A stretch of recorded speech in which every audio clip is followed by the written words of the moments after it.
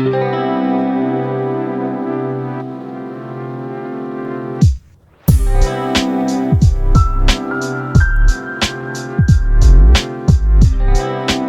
back, everybody, to the next episode of the JoshCast. I am still your host, Josh. No Carson tonight. He unfortunately went out partying last night. This is per his teammates, of course, who told me this. Him and some of his teammates went partying last night, and they were wanting to play some beer pong, apparently, but they didn't have any alcohol to use. So they substituted alcohol with NyQuil, and Carson unfortunately lost, and he has not woken up yet, according to his friends who were also on the team at that party.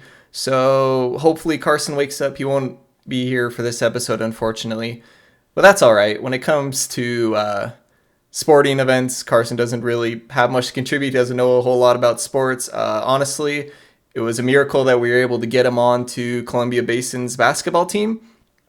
It was a really funny prank to get him on that team, see if we could Photoshop and edit a whole bunch of film and get him recruited, and it actually worked, and he's still on the team 3 years later.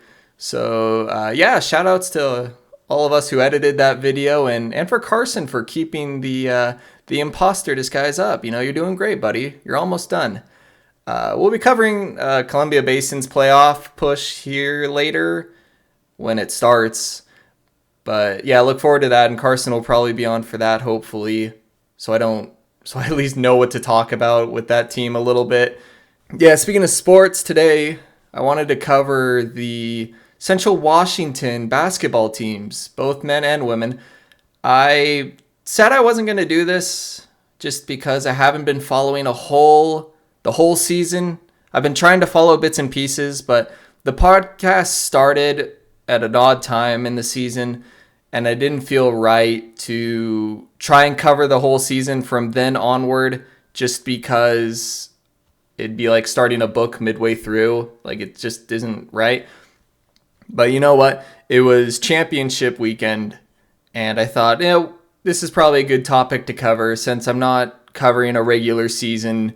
I'm just covering their tournament, and more specifically their championship game that they both recently played in.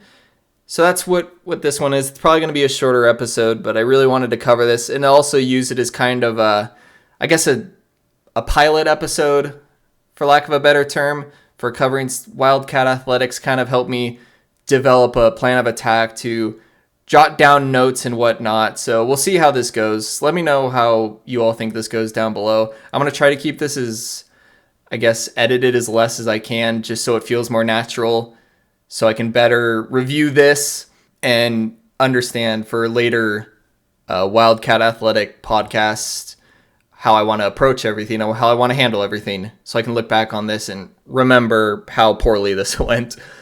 I'm going to start with the women's team. The GNAC champions, the women's basketball team, defeats Western Washington University 57-46. Honestly, this is so goddamn satisfying. If there's one team I ever wanted to see a Wildcat team beat in playoffs, it would definitely be Western Washington. Those fucking assholes, man, they don't deserve it. They don't deserve to win. So seeing our Wildcats come in and pull off the upset and just completely dominate Western Washington 57-46, it was honestly really satisfying. I guess dominating wasn't really the best term to use because it's obviously only an 11-point game, and the Wildcats did find themselves down 7 points at one point in the game in the first half, but they would eventually come back and take the lead 28-23 at the half, and they would hold on to eventually defeat the Vikings 57-46. But surprisingly, for me at least, the Wildcats held Western Washington to 25% shooting and 2 from 25 beyond the 3-point range. I can't remember the women's Wildcat team playing defense this well, especially in recent years, where the Wildcats have seemingly been playing like they didn't even know what defense was. Especially during the 4 years that I was in school, from 2017 to 2021, the women's Wildcat team just did not know how to play defense. There was never any help side. There was never any communication on defense. They just would let any opponent do whatever the hell they wanted on defense. And it seemed like the Wildcats' only game plan those years is just to shoot everything and hope to God that we can just outscore them in the end despite a lackluster defense. And watching the Wildcats defense over the past few years has been really hard because of this. It's been really frustrating just to see the lack of effort on defense, from my perspective at least. That's what it always seemed like. And that's what it is. That's what it was. So seeing the Wildcats come into this game in a championship setting with that pressure and hold the Vikings to 25% shooting and 2 from 25 beyond the arc it's unbelievable. It's incredible. And I wish they could have done that during my 4 years. That would have been a lot of fun to watch in person. But seeing them just completely give it to the Vikings defensively like this, it was incredible. And this was led by the rebounding effort from Samantha Bowman on the team, who actually set a tournament record with 23 rebounds against the Vikings. Yeah, you heard that right. 23 rebounds. She also leads Division II basketball with 24 double-doubles. So it's safe to say that Bowman's efforts definitely contributed to the Wildcats' success this year. And Bowman's gotten a lot better year after year after year. It's been a lot of fun to watch her develop over the years from her freshman year to now. So, and even better is that she's coming back next season. She has another year left of eligibility since the COVID year last year didn't count. So she'll be back. And seeing how much she continues to grow even next year is going to be great for the Wildcats. I believe the Wildcats are only losing 2 seniors, one of them being Cassidy Malcolm, who would go on to be named this year's Great Northwest Athletic Conference Player of the Year. And she had another great season. The Wildcats just really came together this season, and they actually figured it out. They came into the tournament, and they actually got it done.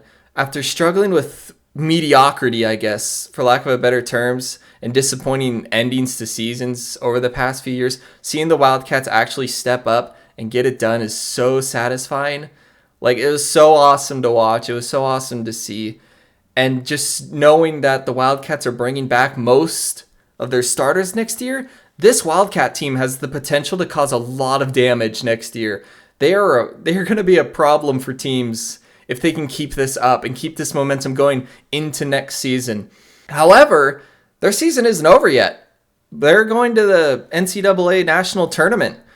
As of right now, as of recording of this podcast, we don't know who they're going to play. That's going to be revealed tonight at 7 p.m. Pacific Standard Time, or 9 p.m. Central Time where I am. So as of the recording of this episode, it has not been announced yet who they play. But if the Wildcats can keep playing defense like what they showed against the Vikings, and they can carry that into the national tournament, this Lady Wildcat team is going to be very, very difficult to stop, especially if they can shut down the three-point range. And with Samantha Bowman in the paint, just playing as dominant as she has been, yet this Wildcat team is going to be hard to stop. I'm not trying to jinx anything. I'm just saying, after what I saw from the Lady Wildcats this postseason, it's impressive. It's undeniable that this is a team that has the potential to go very far.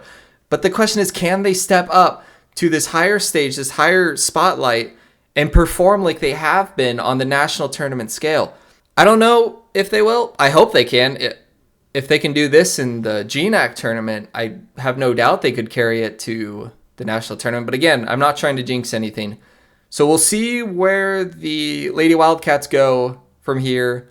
Hopefully they haven't hit their ceiling yet and they're just a one-and-done team in the national tournament. But yeah, it's going to be really awesome to follow this team through the playoffs. And I'll try my best to keep coverage on it.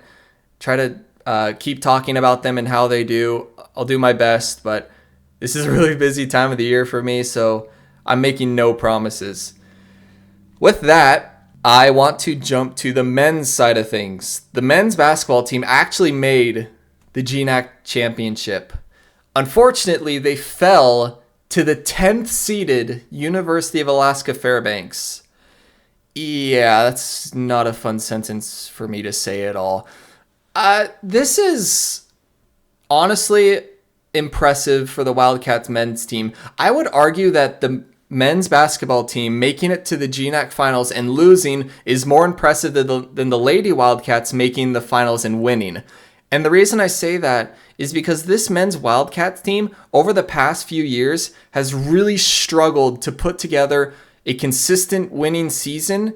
They have always been a mediocre team, struggling to stay above the .500 range mark. So seeing them come into the GNAC tournament and make it to the championship and actually put up a fight is impressive. This is a team that has come a long way over the years. And this was an unexpected season. I don't think anybody expected the Wildcat men's team to do this well in the tournament. Like, where did this come from? Like, I'm happy to see them make it this far, and I'm so sad to see them lose after coming so far. But this is impressive, and this men's GNAC tournament was actually just incredible to watch, because who would have expected the Wildcats and Fairbanks to play in the finals? Like, I can't be too upset just because fucking Fairbanks won it. The 10th seeded team won the GNAC championship. Like, that is a true underdog story. And it's unfortunate for the Wildcats to fall to the 10th seeded Fairbanks, but so did everybody else on that side of the bracket. You can't be mad about it because you just lost to a true underdog. It's not like you got your ass kicked by the top seeded team. No, the Wildcats men's team played really well in this tournament. Unfortunately, contrary to the women's team, in this championship game, the men's team could not rebound to save their life. In this game, the men's team was actually out-rebounded 45-28. Yeah, that's not even close. This men's team was dominated rebounding-wise. They were just killed. And this easily contributed to their loss. If the men's team could even just close that gap and even split the Fairbanks team 50-50 on rebounding, Wildcats win this game, right? That was... Oh my God, I don't even know, man. Just the rebounding. That was, in my opinion, the biggest contributor to the men's team falling in this game. And not even besides the fact that their offense stalled, which I'll get to in a second, but just seeing them come in. And I thought, personally, that the men's team was actually rebounding surprisingly well in this season. And they just fell apart with it in the one game that mattered most. But all in all, for this men's team, this was a huge stepping stone for them. Like I said, this was a team that struggled with mediocrity over the years. And now it seems like they are finally coming together as a team and starting to actually show results for their hard work by making a deep playoff run and taking runner-up.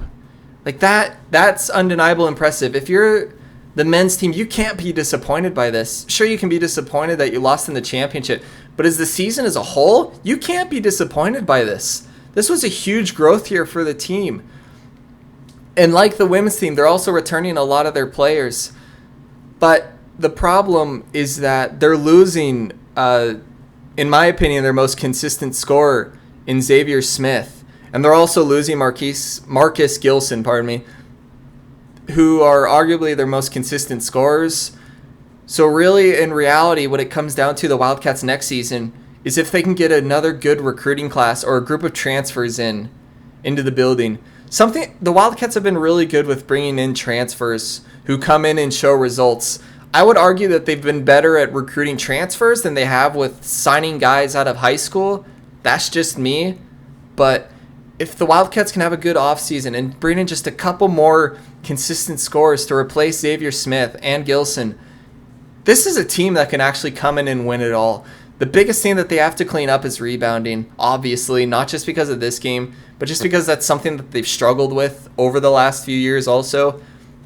This Wildcats team lacks size, so if they can bring in a consistent big or somebody who can also put in consistent points through all over the court, this is a team that can be a really big threat to the GNAC, like the Wildcat women's team can be next year.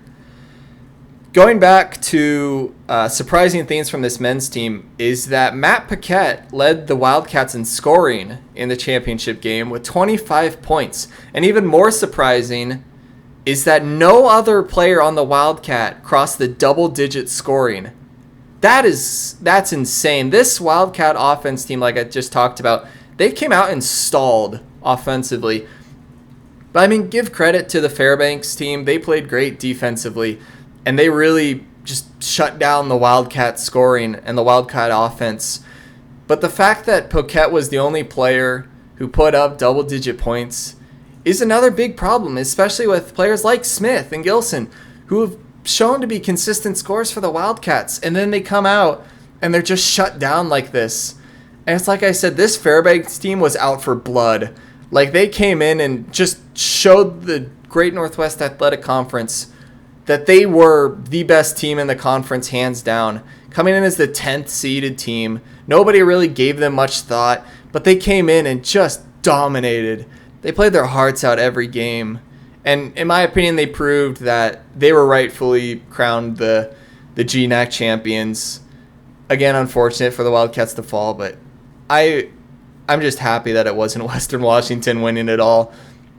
Like, honestly, as long as it's not Western Washington or Seattle Pacific, like, is this season really a loss for the Great Northwest Conference? But yeah, even though seeing the Wildcats fall in such a big game hurts, there's no doubt that the Wildcats are a team making strides and getting better. But it's like I said also, they need to have a good recruiting class or a transfer class come in. They are losing some big pieces to this team.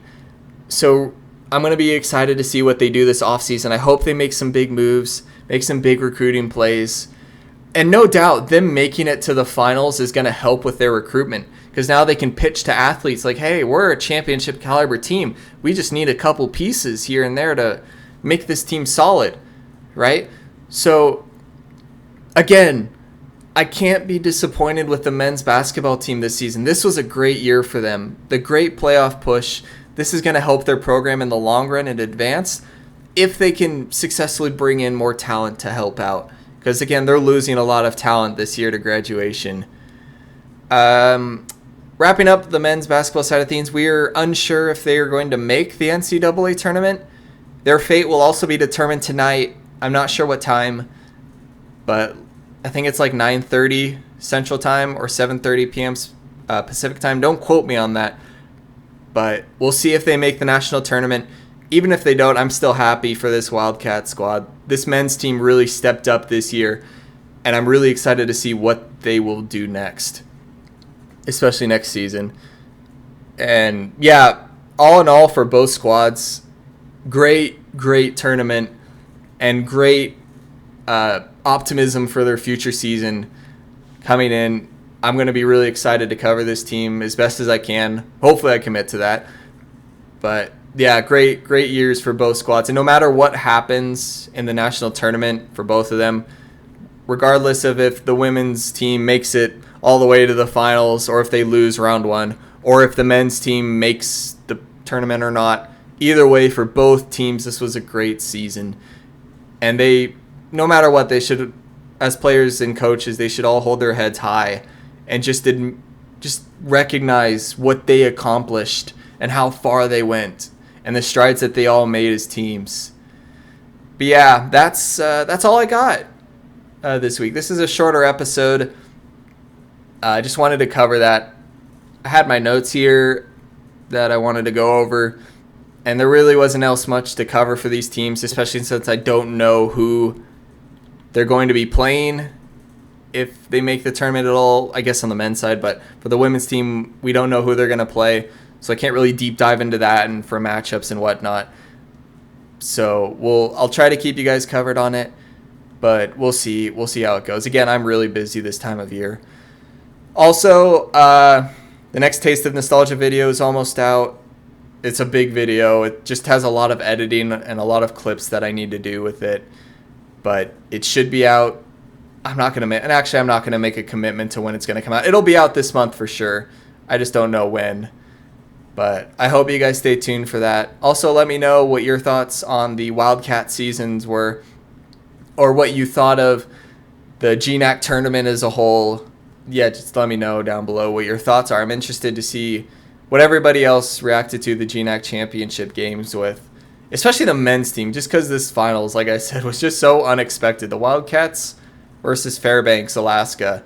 Like, I don't think nobody predicted that. I don't care who you are. Nobody predicted that championship matchup. But let me know your thoughts are down below. Let me know what you want to see covered on the podcast next.